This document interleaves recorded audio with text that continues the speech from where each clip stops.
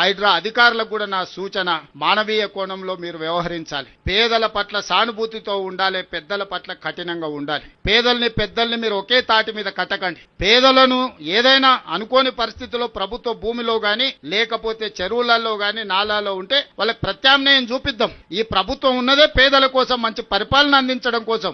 మీరు list out చేయండి. హైడ్రా అధికారులకు నేను స్పష్టంగా చెప్తున్నా, చాలా పెద్ద సామాజిక బాధ్యతలో ఉన్నారు హైడ్రాలో పనిచేసే ప్రతి వ్యక్తి.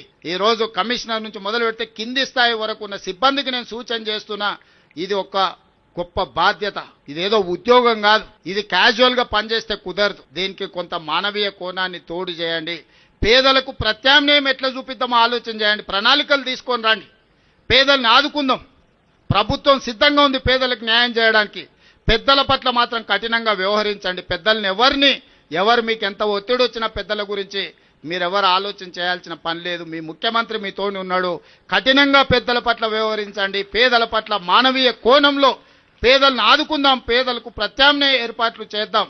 అది మూసీ నది కావచ్చు, గండిపేట చెరువు కావచ్చు, లేకపోతే నాలాలు కావచ్చు, వేటినైనా పేదలను గుర్తించండి.